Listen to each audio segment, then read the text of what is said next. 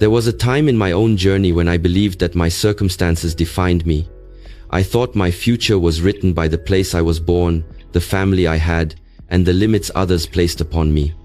But slowly I realized my life was only a reflection of the thoughts I carried daily. Every victory I experienced began first as a single thought, and every failure grew from a seed of doubt I watered with fear. If you observe your life closely, you will notice the same pattern. Your outer world is nothing but a mirror of your inner world. You cannot rise higher than your dominant thoughts. The truth is simple yet profound. You become exactly what you think about, and when you finally take responsibility for the quality of your thinking, you take responsibility for the quality of your entire life. Number 1. Your thoughts shape your identity. There was a period in my life when I constantly repeated the same phrase in my mind. I am not good enough. It wasn't something people shouted at me. It wasn't written on my forehead. But silently, like a shadow, I carried that thought every single day. And slowly, without even realizing it, that thought became my identity. I began walking into opportunities already convinced I would fail. I spoke less, held myself back, and accepted far less than what I was capable of achieving. This is the hidden power of thought. It shapes how you see yourself, and how you see yourself becomes the boundary of your life. Think about it. Every great athlete, every entrepreneur, every leader you admire, before they became who they are, they thought of themselves in a certain way. A runner does not win the race by accident. In their mind, they already see themselves as fast, disciplined, and victorious long before they stand on the track. A person who starts a business does not wait for proof of success before believing in themselves. They first carry the thought, I am capable, I am resourceful, I can learn. That thought becomes their silent compass, guiding their actions day after day until it crystallizes into their reality. When I began to consciously shift my inner dialogue, everything changed. Instead of saying, I'm not good enough, I replaced it with, I am learning, I am growing, I am becoming stronger every day. At first, it felt unnatural, even false, like trying on clothes that didn't fit. But slowly, repetition carved new grooves in my mind. The more I lived with these new thoughts, the more my actions aligned with them. I spoke with more confidence. I took on opportunities I would have once rejected. And soon, people began responding to me differently, not because the world had changed, but because my thoughts had changed, and that shaped the way I showed up in the world. Your identity is not fixed, it is fluid, and it bends to the direction of your thoughts. If you repeatedly think you are weak, that identity will dominate your actions. But if you think of yourself as disciplined, focused, and resilient, your body and choices will follow. This is why so many people remain stuck. They try to change their life from the outside, without realizing that nothing can truly shift until the inside shifts first. Identity is built thought by thought, day by day, in silence. So I ask you, what do you call yourself in the private moments no one hears? Because those silent words carry more power than any label given by society.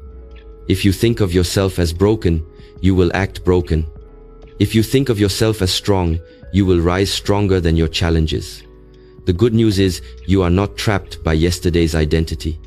You can choose, right now, to plant new thoughts, and in time, they will grow into a new you. Number 2.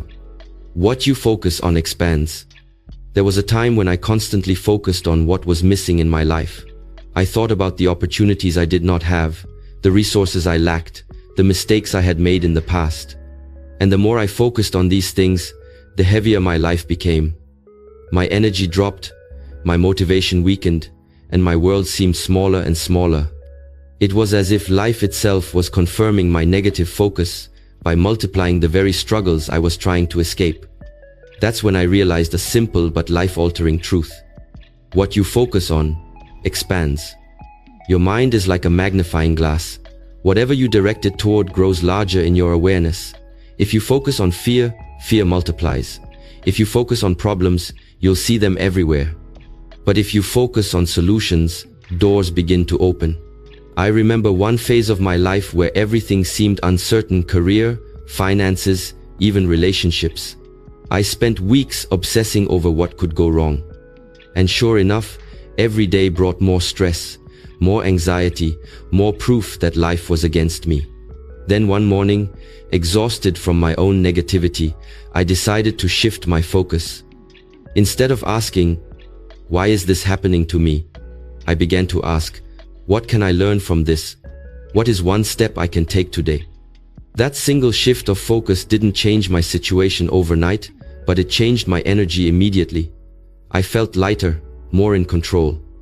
And slowly, opportunities began to appear, opportunities that had been invisible before, because my focus was locked on what was missing.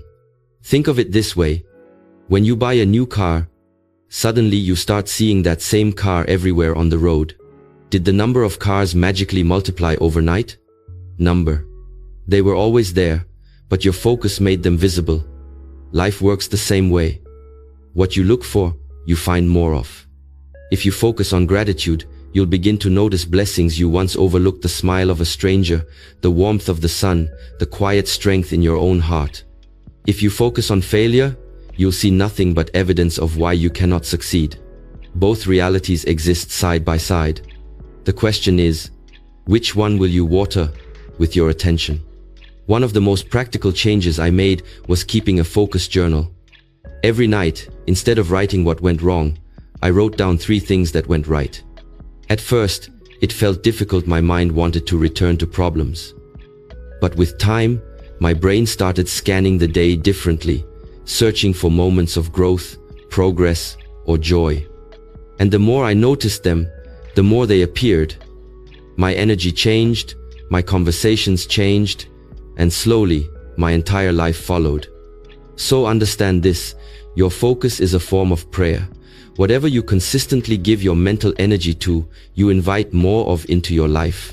Focus on fear, and you will see reasons to be afraid. Focus on courage, and you will find strength you didn't know you had. Focus on lack, and you will live in scarcity. Focus on abundance, and you will uncover opportunities hidden in plain sight. Life is not just happening to you, it is responding to the focus you bring. Number 3, the law of dominant thought. There is a law that silently governs your life, whether you are aware of it or not. The law of dominant thought. It means that your life does not bend to occasional passing ideas, but to the thoughts you carry most often, the ones that take root and dominate your inner world.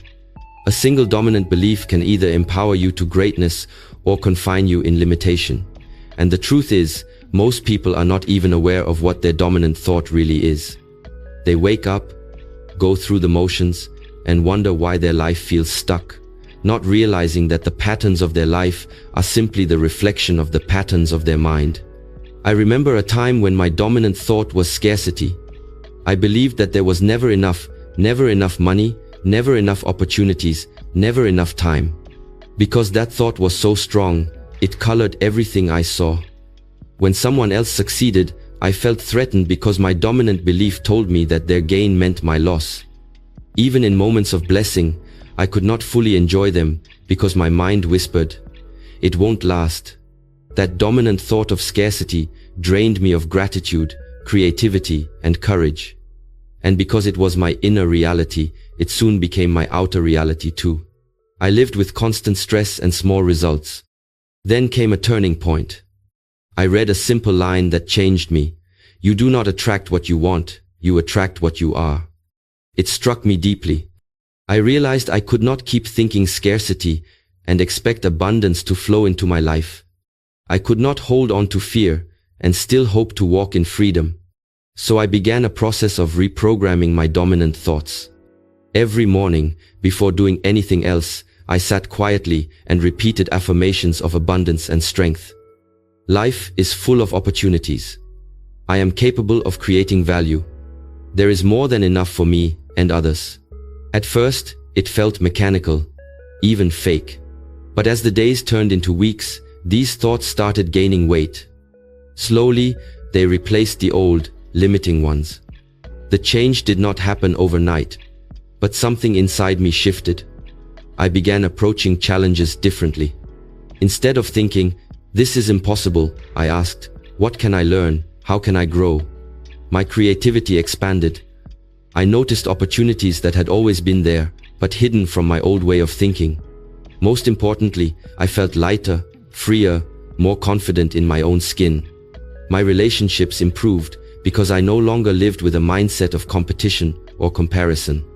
My dominant thought was no longer scarcity, it was growth, and my life began to mirror that growth. Think of your dominant thought like the climate of your mind. A seed planted in the desert cannot grow, no matter how strong it is.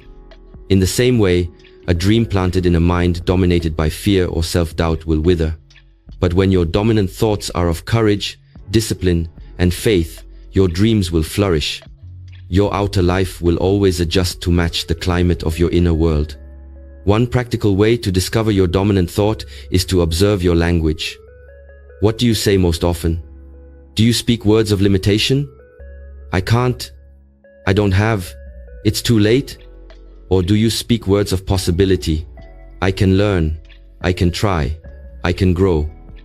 Your language is a mirror of your dominant thoughts, and changing one begins with changing the other. Another practice I adopted was mindfulness. I started noticing my recurring thoughts throughout the day, and I asked myself, is this thought serving me or enslaving me? If it was not aligned with the identity I wanted, I replaced it. Over time, this discipline shifted my dominant patterns. So remember this truth. It is not the scattered thoughts that shape your destiny, but the ones you hold onto the most, the ones you allow to dominate your inner world. If your dominant thought is defeat, you will live in defeat. But if your dominant thought is victory, growth, and resilience, then step by step, your life will begin to rise to meet it. Number 4. Replace self-doubt with self-belief. Self-doubt is one of the most silent yet destructive forces in a human life. It does not always scream loudly, but it whispers constantly, stealing courage before you even take the first step. I know this intimately because for many years, self-doubt was my constant companion. Before I spoke in public, my mind whispered, "You will embarrass yourself." Before I tried something new, I heard, "You are not ready, not capable." Even when I had small successes, self-doubt quickly reminded me, "It was just luck, you cannot repeat it." And the more I entertained these thoughts, the more they grew into my identity. I became a prisoner inside my own mind. But here is the truth. Self-doubt is not reality, it is just a thought. And thoughts, no matter how loud or convincing, can be replaced. This was not an easy lesson to learn. There was no magic switch. It was a daily decision to question the lies and replace them with truths. I remember one specific moment that marked the beginning of my transformation. I was given the opportunity to lead a project, something I had secretly wished for. Yet the very moment I received it, my heart sank. My mind shouted, "You're not the right person, others are smarter, stronger, better than you." That night I could not sleep, wrestling with fear. But then I asked myself one question that shifted everything. What if I succeed? What if I am capable, but my doubt is lying to me? That simple question opened a door. For the first time, I allowed the possibility of self-belief to enter. Instead of repeating, "I can't," I whispered, "Maybe I can." And that tiny crack of light was enough to take the first step. I worked with focus, I asked for guidance, and slowly, the project came to life. The day it was completed successfully, I realized something profound. The greatest obstacle had never been the work itself, it was my self-doubt. Once I replaced it with even a small measure of belief, everything else became possible. Replacing self-doubt with self-belief is like strengthening a muscle. You cannot do it once and expect permanent change. It requires daily training. I began writing affirmations in the morning, not as empty words, but as seeds I wanted to grow. I am capable. I am worthy. I can learn. I can grow. At first, these words felt strange. They did not match the identity I carried. But over time, through repetition, my mind began to accept them. Slowly, my inner dialogue transformed. Where once I would say, "I'm not ready," I began saying, "I may not know everything, but I can learn." That shift in thought created a shift in action. I started saying yes to opportunities I once avoided. I began stepping into rooms I once felt unworthy of. And each small victory fed my self-belief, until doubt no longer held the same power.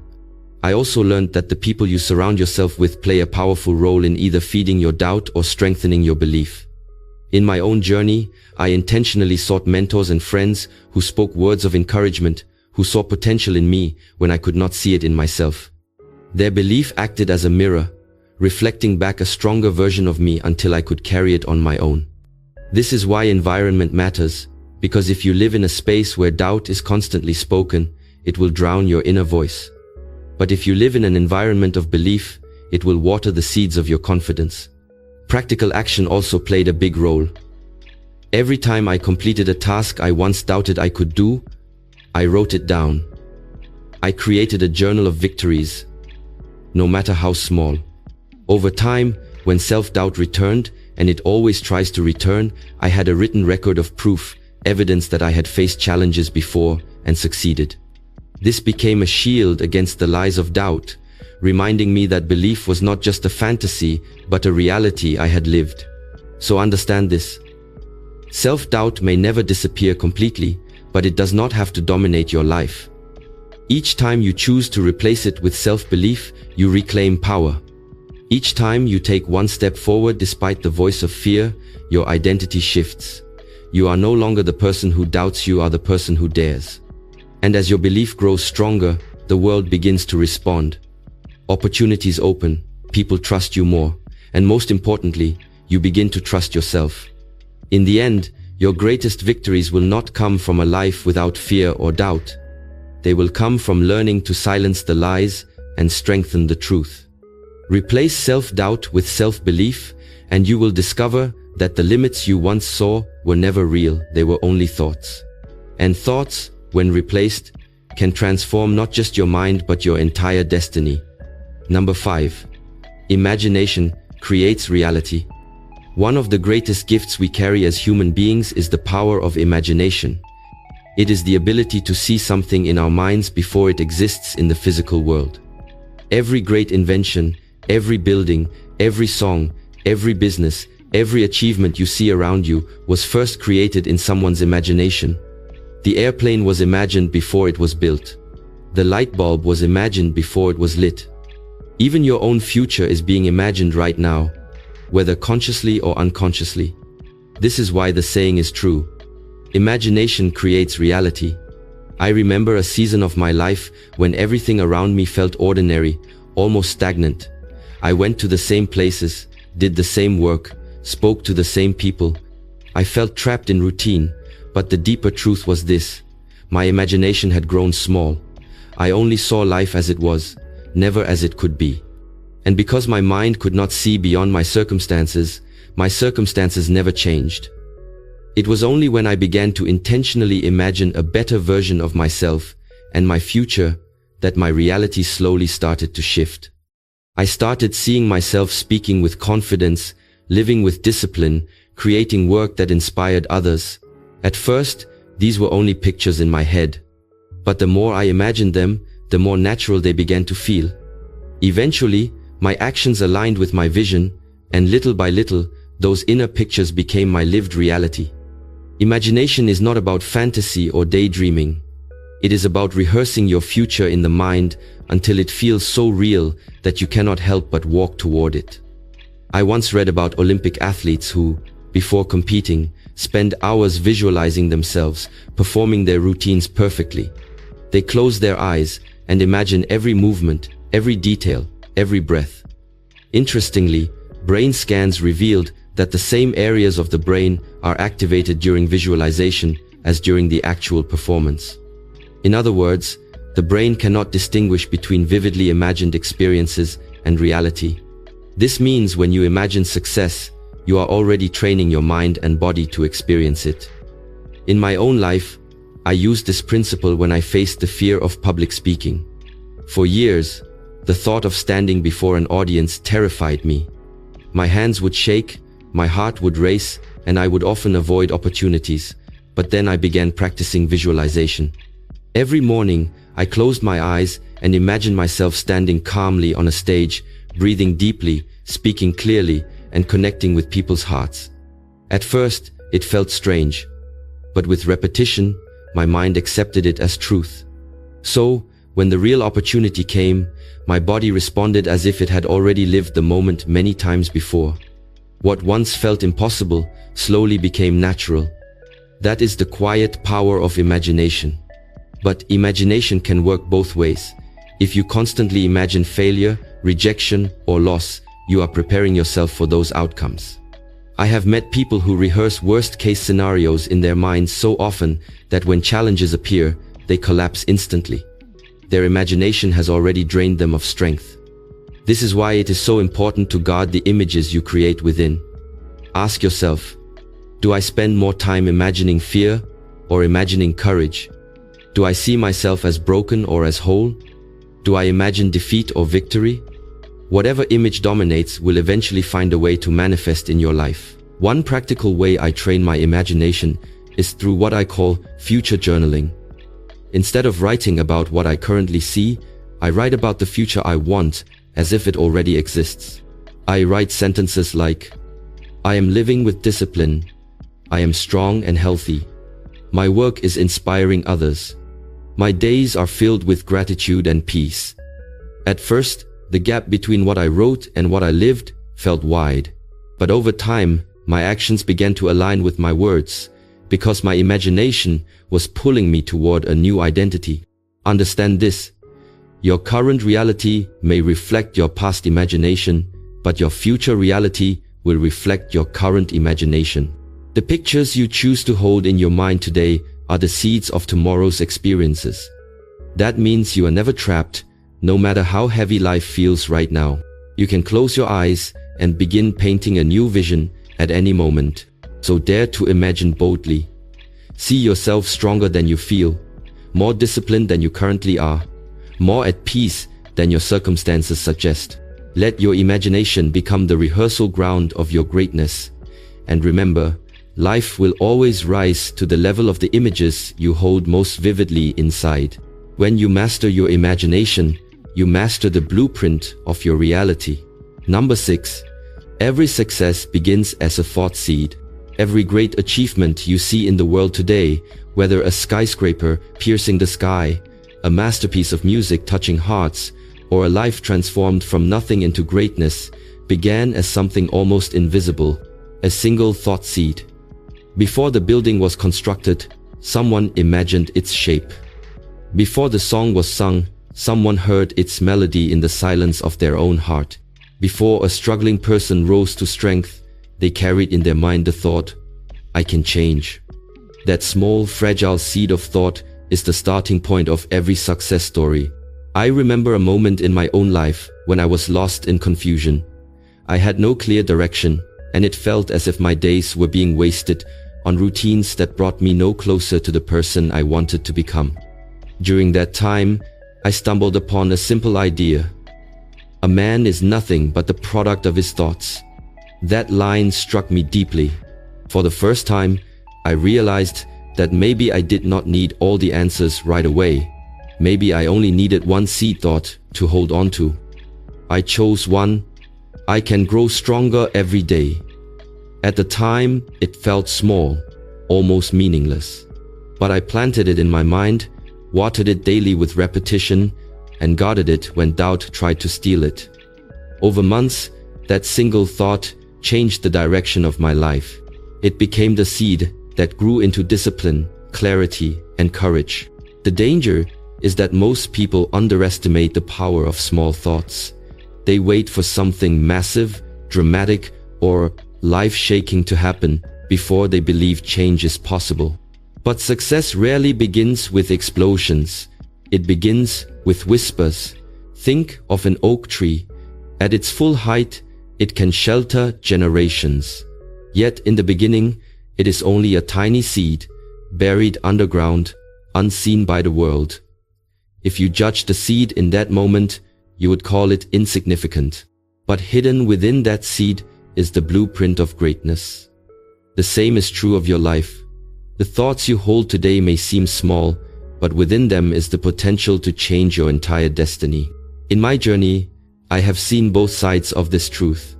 I have seen people who planted seeds of fear, doubt, and negativity every day. Slowly, those seeds grew into a life of regret and limitation. On the other hand, I have seen people who planted seeds of resilience and possibility, even when their circumstances looked hopeless. One friend of mine grew up with nothing, no money, no support, no clear opportunities, yet he carried one simple thought every day: I will create a better life for my family. That thought became his compass. It guided his actions, his discipline, his sacrifices. Years later, he not only lifted himself out of struggle, but became a source of strength for others. His success did not come from luck or sudden miracles. It came from guarding and nurturing that single seed until it grew. Here is the challenge. Not all seeds you carry are good ones. If you allow weeds, thoughts of jealousy, anger, or hopelessness to take root, they will grow as surely as seeds of discipline and courage. That is why you must become a conscious gardener of your mind. Each day, notice what thoughts you are planting. Ask yourself, will this thought serve me if it grows into a tree? Will it give fruit or poison? One practical way I began cultivating the right seeds was through reflection. Every night I asked myself, what seed did I plant today? Did I nurture gratitude, courage, and persistence? Or did I feed fear and doubt? This awareness helped me to become intentional about which thoughts I watered with attention and which ones I starved by ignoring. The truth is, success is not an accident. It is a harvest. And your harvest tomorrow depends on the seeds you plant today. Do not despise small beginnings, because the seed you nurture now will one day grow into the tree that shelters your dreams. The key is patience and persistence. A farmer does not plant a seed today and expect fruit tomorrow. In the same way, you must give your thought seeds time to grow. Keep watering them with belief, feeding them with consistent action, and protecting them from the weeds of negativity. So, remember this: every success, no matter how grand it looks on the outside, began as a tiny, invisible seed on the inside.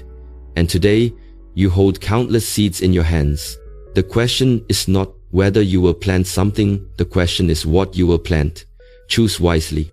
Plant seeds of courage, discipline, and vision, and in time, they will grow into a life far greater than you can currently see. Number 7. Guard your mind like a garden. Your mind is like a garden. Whatever you plant in it will eventually grow. If you plant seeds of positivity, gratitude, and vision, your life will bear fruits of peace and success. But if you neglect it, weeds of doubt, fear, and negativity will overtake it without permission.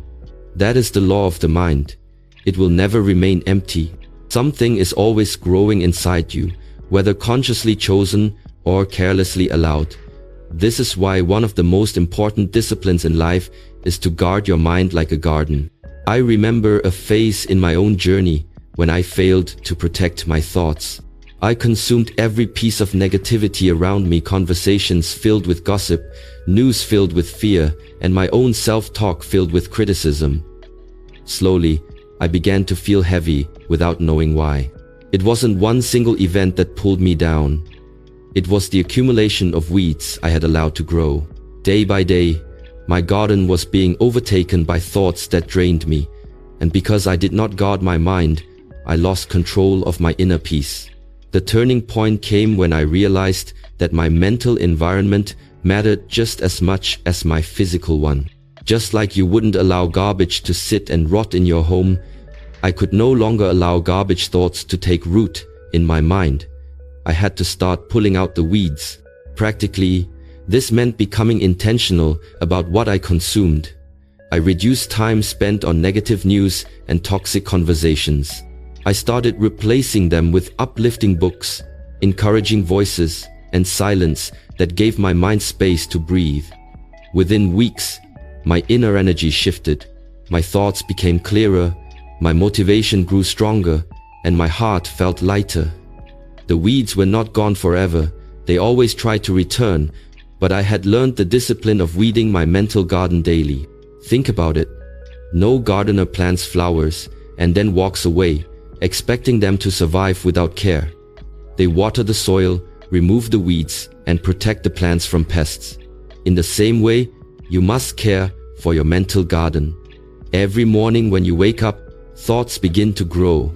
Some are natural, some are influenced by your environment, and some are inherited from your past. If you do not check them, negative thoughts will spread like wild weeds. But if you consciously plant gratitude, courage, and purpose, you will slowly transform the entire landscape of your mind. I once practiced this with a simple exercise.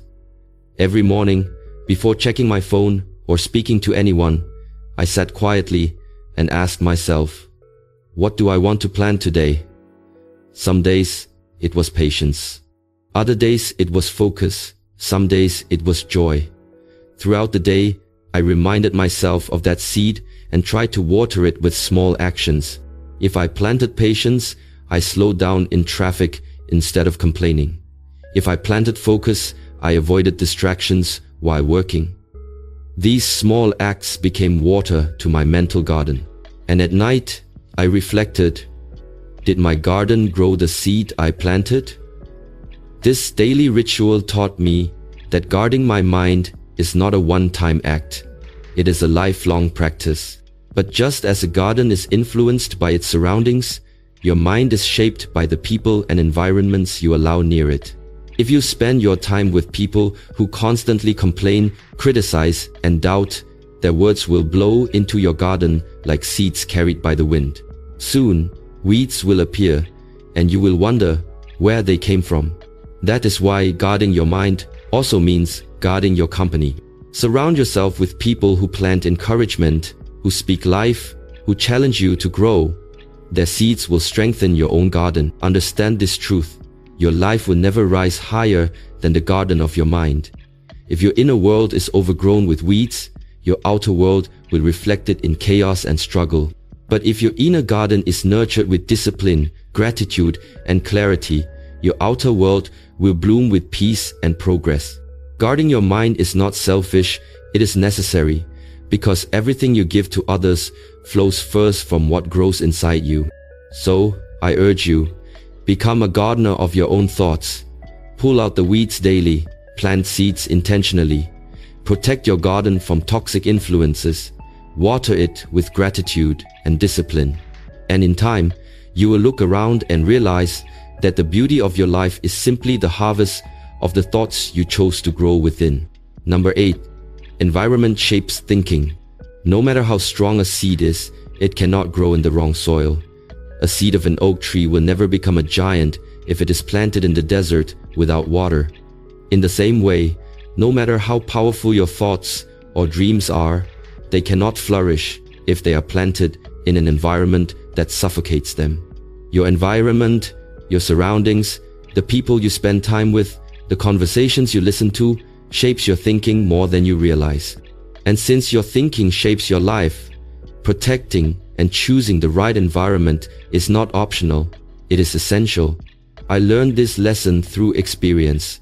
There was a season when I surrounded myself with people who doubted everything. They doubted opportunities, they doubted others, and most dangerously, they doubted themselves. Slowly, without even noticing, I began to think like them. When a new idea came to me, instead of asking, how can I make this possible? I asked, what if it fails? When I saw opportunities, I quickly convinced myself they were too risky. My dreams shrank because the environment I was in did not water them, it poisoned them. Looking back, I realized I was not weak. I was simply planted in the wrong soil. The shift began when I intentionally changed my environment. I started spending time with people who dreamed bigger than me, people who spoke with belief instead of fear. Their energy was contagious. When I expressed doubts, they reminded me of my strengths. When I hesitated, they pushed me forward. Slowly, their words began reshaping my inner dialogue. Instead of thinking small, I began thinking bigger. Instead of seeing obstacles, I started seeing solutions. My environment had shifted, and because of that, my thinking shifted, and so did my life. Think about this in your own life. Imagine two identical plants, one placed in the sunlight, watered daily, nurtured with care. The other placed in a dark corner, ignored, deprived of water. Which one will thrive? The answer is obvious. Yet, many of us expect our dreams to grow while we remain in environments that deny them nourishment. We stay in conversations full of gossip and negativity. We consume media filled with fear. We spend time with people who laugh at ambition instead of encouraging it. And then we wonder why our thinking feels heavy, why our confidence withers, why our dreams seem impossible. It is not because the seed within us is weak. It is because the soil around us is toxic. I once heard the phrase, "Show me your friends, and I'll show you your future." At first, it sounded like a cliché, but over time, I realized its truth. The people closest to you are like gardeners in your mind. Every word they speak, every attitude they carry, plants something in you. If they plant doubt, you will eventually carry doubt. If they plant belief, you will carry belief. That is why one of the greatest acts of self-discipline is to choose your environment wisely. This does not mean abandoning everyone who struggles. It means being aware of what you allow to dominate your space. I had to set boundaries not out of pride, but out of survival. I limited my exposure to voices that drained me and increased my time with voices that lifted me. I replaced hours of negative news with inspiring books and lectures. I sought out mentors who were already living the life I aspired to. Slowly, the soil of my environment became richer, and my thoughts began to flourish. One practical practice I use is what I call the environment check. Every few months I ask myself, is my environment feeding my growth or starving it? If it is feeding me, I stay planted. If it is starving me, I change something, whether that means adjusting the people I spend time with, the media I consume, or even the places I go.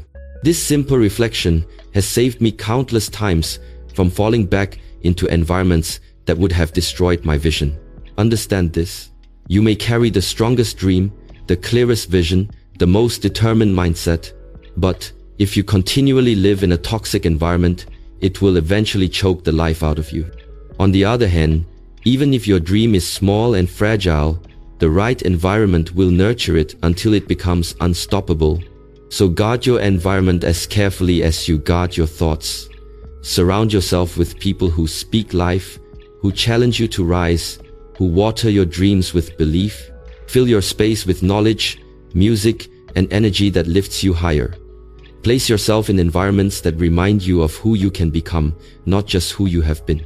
Because your environment shapes your thinking, and your thinking shapes everything about your destiny. Number 9. Affirmations build inner architecture. Words are not just sounds that disappear into the air. They are bricks with which we build the architecture of our inner world. Every sentence you repeat to yourself becomes a pillar, a wall, a foundation that shapes how you see yourself and how you move through life.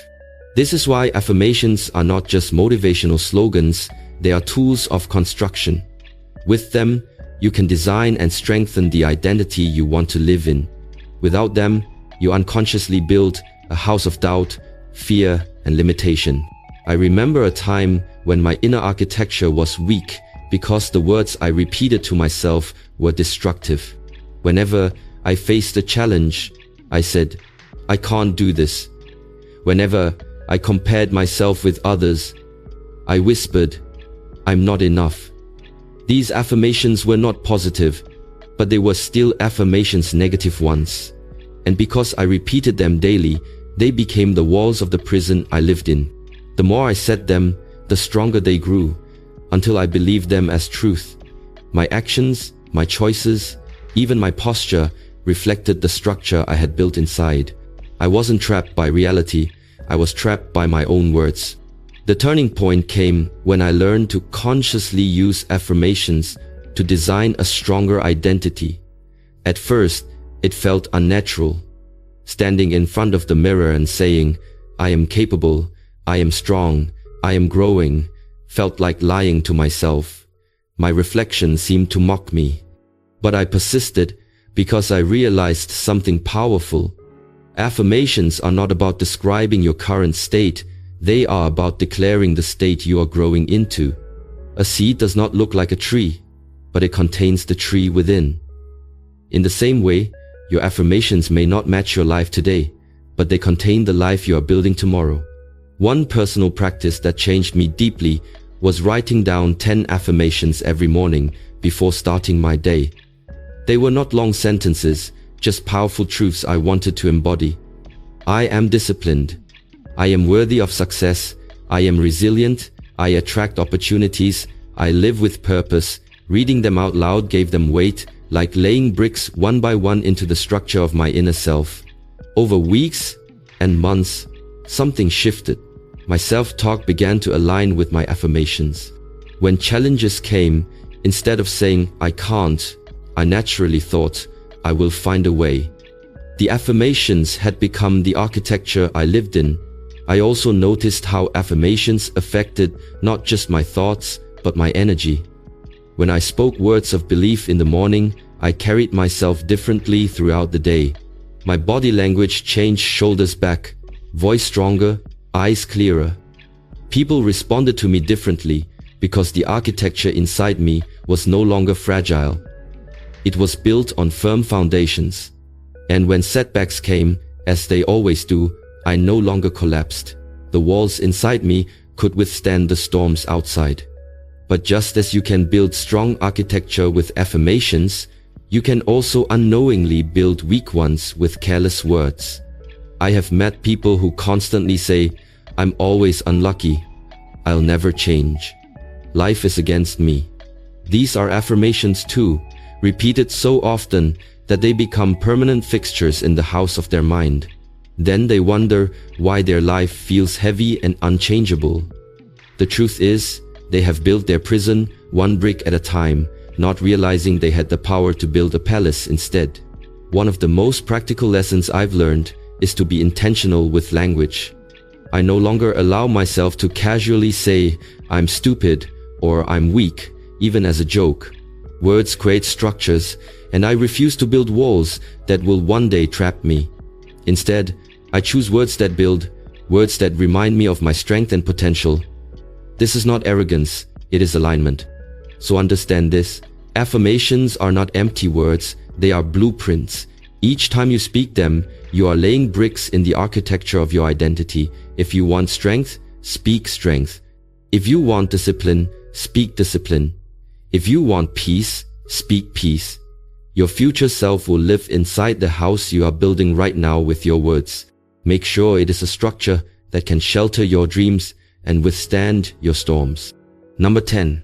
Thought plus emotion equals power. A thought by itself is like a spark. It has potential, but it can fade away in seconds if not fueled. Emotion is the oxygen that turns that spark into a fire. When you combine thought with emotion, you unleash a force so powerful that it can move you into action, shape your destiny, and create lasting change. Thoughts are the blueprint, but emotion is the energy that brings the blueprint to life. Without emotion, your thoughts remain cold ideas. With emotion, they become living forces. I learned this lesson in a very personal way. There was a time when I kept writing down my goals on paper, yet I felt stuck. Every year, I wrote the same resolutions: get healthier, become more disciplined, improve financially, but after weeks the energy would die and my goals remained words. The problem was not the thought I had clear thoughts. The problem was that I had not attached enough emotion to them. They were ideas on paper, not burning desires in my heart. It wasn't until I connected those thoughts with deep feelings that change finally happened. One moment stands out. I vividly remember standing in front of a mirror, tired of my own excuses. I thought about my health and whispered, "I need to change." But this time, I allowed myself to feel the weight of my neglect. I remembered how sluggish I felt climbing stairs, how my lack of energy limited my presence with loved ones, how I was betraying the gift of life itself. Tears welled up. That thought, "I need to change," was suddenly soaked in raw emotion. It stopped being an idea and became a decision. From that day forward, I began taking consistent steps toward transformation. Thought had met emotion, and that created power. Think of it like this. A car can be beautifully designed, with every part in place, but without fuel, it won't move an inch. Your thoughts are the car, the design, the plan, the direction. But emotion is the fuel that sets it in motion. A person who deeply feels their goal will always outperform someone who only thinks about theirs. That is why people who feel their why so deeply, whether it's for family, for freedom, or for self-respect, often achieve what others consider impossible. Their thoughts are not cold, they are burning. Another example comes from public speaking. Early in my journey, I prepared well.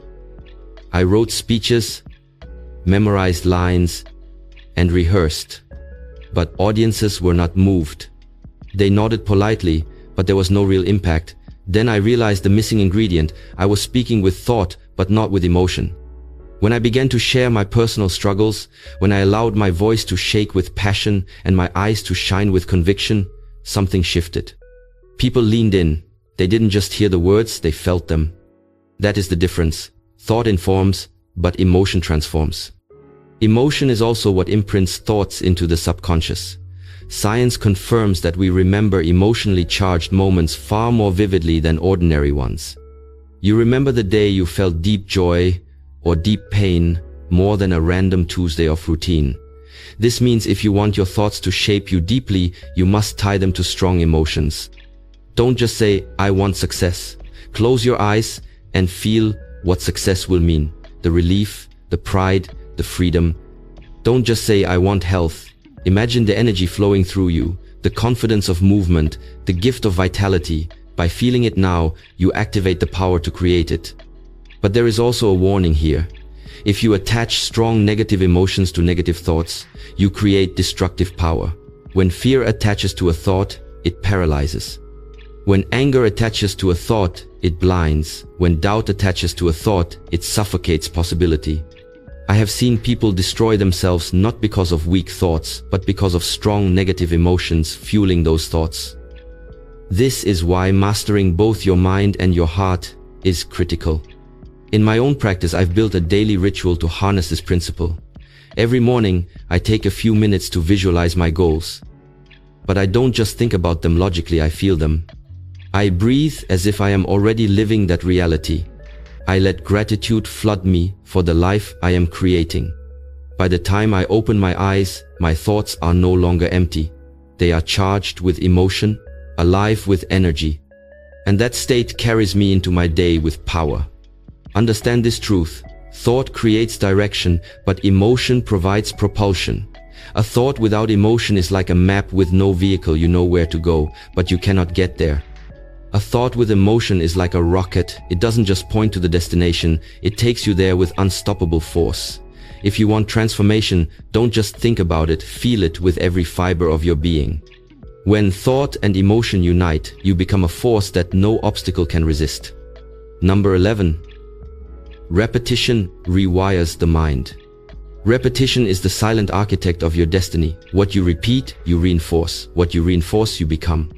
Every action, every habit, every belief you hold today was once just a single thought or behavior that you repeated until it carved itself into the fabric of your identity. This is the quiet but undeniable law of life. Repetition rewires the mind. Whether you are aware of it or not, you are programming yourself every single day. The only question is, are you repeating what serves you or what sabotages you? I can trace this lesson back to a time when I felt stuck in patterns I didn't want. I used to wake up each morning and reach for my phone immediately, scrolling through news or social media. I told myself it was harmless, just a way to start the day. But over time, I realized I was programming my mind with distraction, with comparison, with noise. And without even noticing, it became a ritual. My mornings lost clarity, my focus weakened, and my energy slipped away before I even began the day.